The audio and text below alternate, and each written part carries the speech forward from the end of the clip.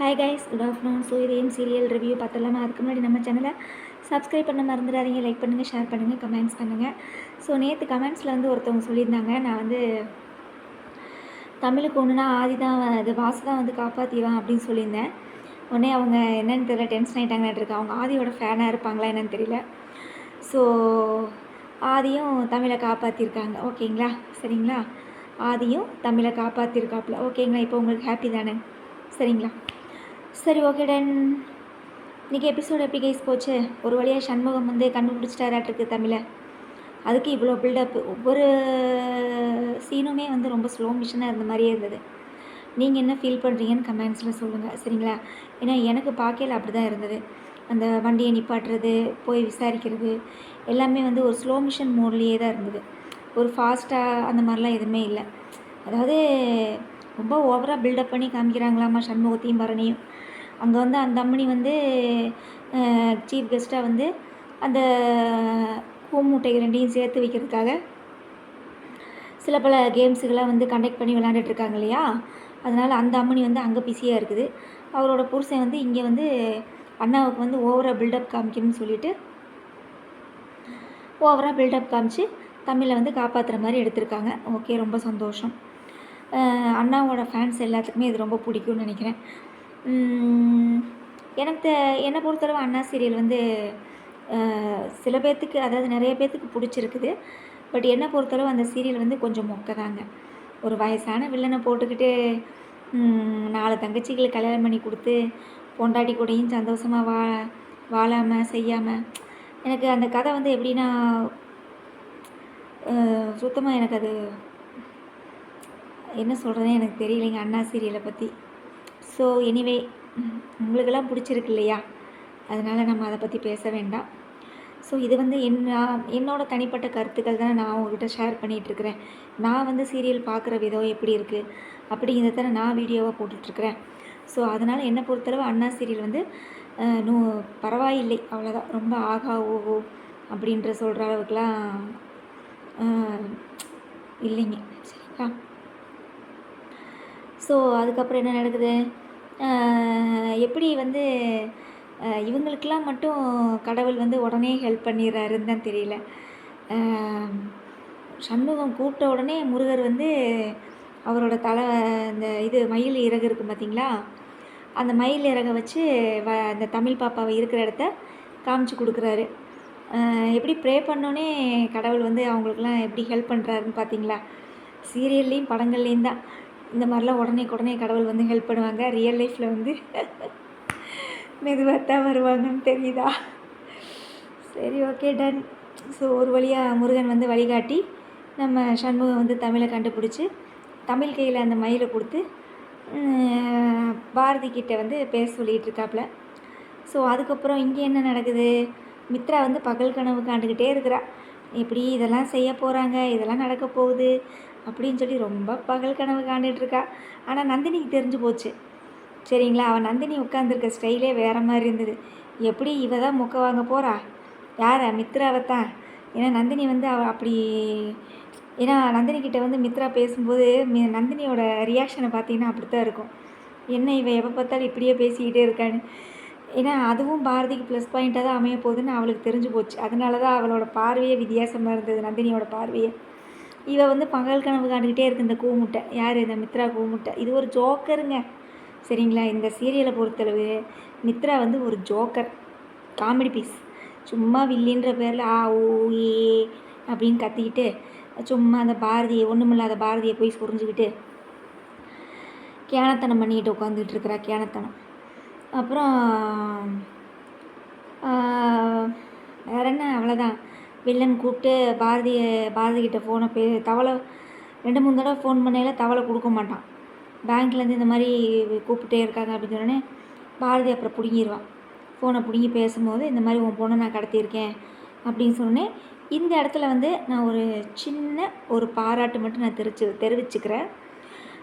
அந்த இடத்துல அந்த வில்லன் பேசும்போது அந்த பாரதியோட ஆக்டிங் வந்து கொஞ்சம் நல்லா இருந்தது. அதாவது ஒரிஜினாலிட்டியாக இருந்தது. கண்ணில் அந்த வில்லன் பேச அவள் அழுதுகிட்டே பேசுவாள் இல்லைங்களா? அதனால் அது வந்து கொஞ்சம் ஒரிஜினாலிட்டியாக அந்த ஒரு சீன் வந்து எனக்கு பிடிச்சிருந்தது.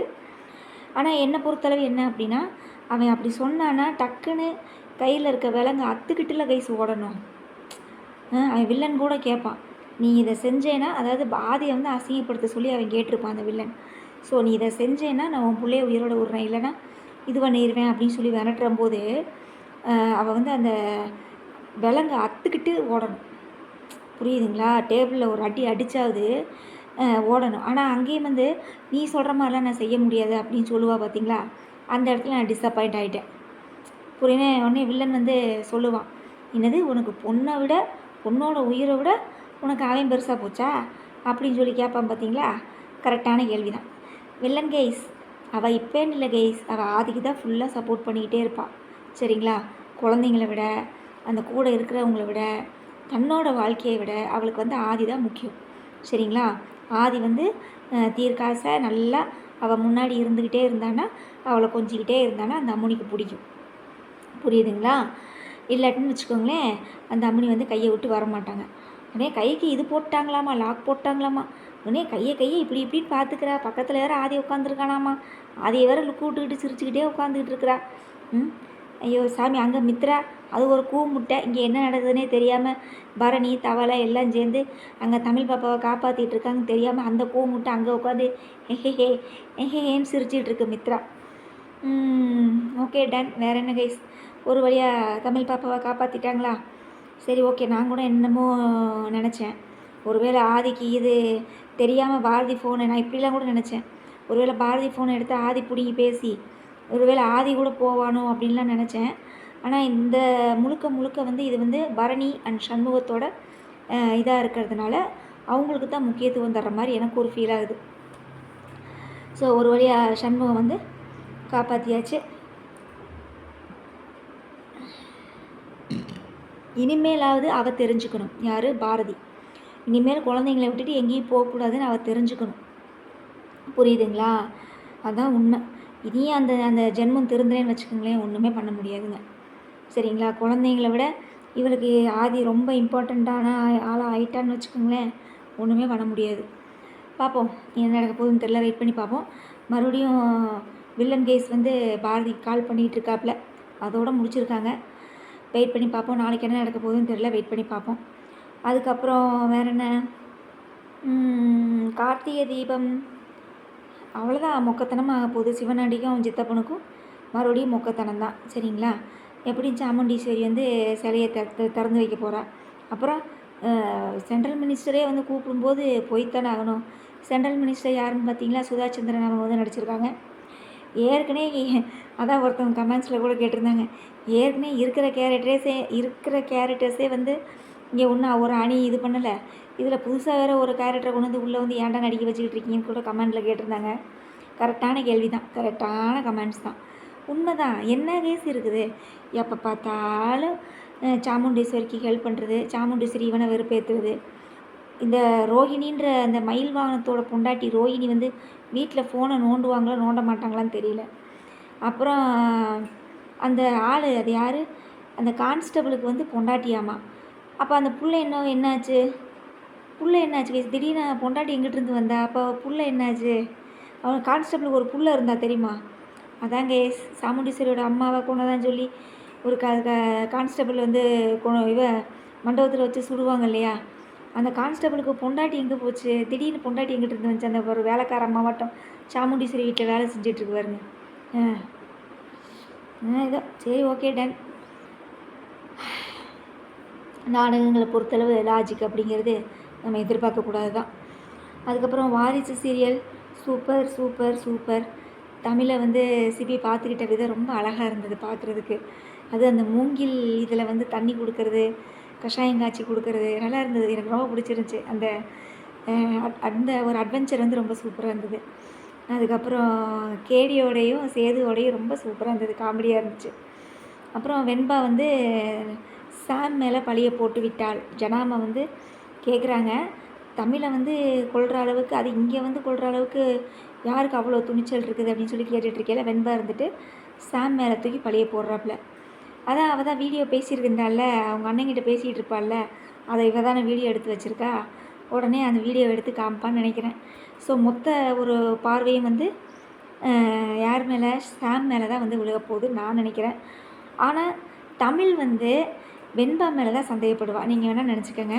ஏன்னா அந்த கம்மல் வந்து அவள் வெண்பாவோட கம்மல் வந்து அங்கே தானே கிடக்கும். அந்த கம்மலை எடுத்து இது வெண்பாவோட கம்மலாச்சே, வெண்பா இங்கே என்ன பண்ணிகிட்டு இருக்கான்னு சொல்லி கேட்பா பார்த்தீங்களா? அப்போ தமிழ் வந்து வெண்பாவை சந்தேகப்படுறது கரெக்டு. இனி வெண்பாவை பற்றி தமிழ் தெரிஞ்சுக்கணும். அந்த மாதிரி எடுத்தாங்கன்னா ரொம்ப சூப்பராக இருக்கும் வாரிசு சீரியல். அது மட்டும் இல்லை, கேடிக்கு வந்து ஒரு ஜோடியை கொடுத்தீங்கன்னா ரொம்ப நல்லாயிருக்கும். சரிங்களா? அப்புறம் வேற என்ன, வீரா சீரியலில் போலீஸ் இதுலேயே வந்து வளகாப்பு நடத்துகிறாங்களாமா. உடனே ராகவனையும் அந்த அம்மா யார், ராகவனோட பொண்டாட்டியும் கொல்றதுக்கு ரவுடியை வர்றாங்க. யார், நம்ம அய்யரி சிவா தான் போய் காப்பாற்றுறாரு. பார்க்கலாம். இது வீரா சீரியல் அது எங்கேயோ போயிட்டுருக்குது. சரிங்களா? அப்புறம் வேற என்ன, அப்புறம் சந்தியா ராகத்தை பற்றி நான் கேட்டிருந்தேன். அதுக்கு ஒருத்தவங்க கமெண்ட்ஸ் போட்டிருந்தாங்க. ரொம்ப நன்றி. பரவாயில்ல, நான் கேட்டதுக்காக சீரியல் பார்த்துட்டு பண்ணுறீங்களா இல்லைன்னா தெரில. ஆனால் எனவே உங்களோட கமெண்ட்ஸ் வந்து ரொம்ப ரொம்ப தேங்க்ஸ். சரிங்களா? Hands of. ஸோ சந்தியா ராகத்தில் வந்து அந்த டேரக்டர் வந்து யாருன்னு பார்த்தீங்கன்னா, நினைத்தாலே இனிக்கும் டேரக்டர் வந்து எடுக்கிறாராம்மா. நல்லா கவனிச்சுக்கோங்க கைஸ். சரிங்களா? நினைத்தாலே இனிக்கும்னு ஒரு சீரியல் ஓடிட்டுருக்கு பார்த்தீங்களா, அந்த டேரக்டர் தான் சந்தியா ராகம் எடுக்கிறாங்களாம்மா. அப்போ நீங்களே நினச்சிக்கோங்க. சரிங்களா? அதோட முடிவு எப்படி இருக்கும் அப்படின்னு. இனி அந்த சீரியல்லையும் பேய், பூதம், பிசாசு, நாய், நக்கல், மங்காணி எல்லாம் வந்து உள்ளே வரும். சரிங்களா? அதனால் சந்தியா ராகமும் இனி நாரப்போகுது. இப்போ மட்டும் என்ன நாராமையாக இருக்குது? என்றைக்கு சாருவை சாகடித்து கதையை வந்து வேறு டேர்னிங்கில் திருப்பினாங்களோ, மாயா தான் அந்த குடும்பத்தையே தூக்கி நட்டமாக தூக்கி நிப்பாட்டுற மாதிரி சீரியல் எடுத்தாங்களோ, அன்னைக்கே ஸ்வாகா. சரிங்களா? சந்தியா ராகம் ஸ்வாகா. ஓகே. அப்புறம் அண்ணாமலை குடும்பம் வேறு லெவலுங்க. வேறு லெவலு. சூப்பராக இருக்குது. நல்லா இருக்குது இந்த சீரியல். அதாவது என்ன அப்படின்னா, அவங்க குடும்பத்தை, யார் குடும்பத்தை, வெண்ணிலாவோட குடும்பத்தை அசிங்கப்படுத்தும் போது நம்ம அண்ணாமலை அம்மா வந்து இந்தா 45 லட்ச ரூபா அப்படின்னு சொல்லி கொடுத்து நீட்டுச்சு பார்த்தீங்களா? ப்ரிவ்யூவில் பார்த்தேன். ரொம்ப சூப்பராக இருந்தது. நல்லா இருந்துச்சு. ரொம்ப பிடிச்சிருந்துச்சி. அதுக்கப்புறம் வேறு என்ன கைஸ், கண்டிப்பாக உங்களோட நிறை குறைகளை கமெண்ட்ஸில் சொல்லுங்கள். ஸோ நாளைக்கு எப்படியும் நம்ம சண்முகம், அதாவது உங்களோட அண்ணா வந்து தமிழை பாப்பாவை காப்பாற்றிடுவாங்க. சரிங்களா? இப்போ உங்களுக்கு எல்லாம் ஹாப்பி தானே? ஓகே. அடுத்து இந்த இதில் இன்றைக்கி ப்ரிவியூ வந்துச்சுல இதேம் சீரியல், அப்போ கீழே ஒருத்தவங்க கமெண்ட்ஸ் போட்டிருந்தாங்க. என்ன அப்படின்னா, பேசாமல் சண்முக அண்ணா நீங்களே தமிழுக்கு அப்பாவாக இருங்க. எப்படி கைஸ் இப்படிலாம் யோசிக்கிறீங்க கைஸ்? அவன் ஒரு வகையில் மாமான்னு சொல்லியிருந்தா கூட தெரியாது கைஸ். அப்பான்னு சொன்னால் அது முறையே மாறுது இல்லையா? பாரதியை அப்போ வந்து தப்பான பொண்ணா மாதிரி ஆயிரும் இல்லையா? இப்படிலாம் சொல்லாதீங்க. எனக்கு அந்த கமெண்ட்ஸை பார்த்த உடனே ஒரு மாதிரி ஆகிப்போச்சு. என்னடா இது அப்படின்னு. ஒன்று அண்ணாவாக இருந்தால் கூட பிரச்சனை இல்லை, இல்லைன்னா மாமாவாக இருந்தால் கூட பிரச்சனை இல்லை. அப்பா அப்படிங்கிறப்ப அது பாரதியோட இதை வந்து கொச்சப்படுத்துகிற மாதிரி ஒரு இதாக இருந்தது.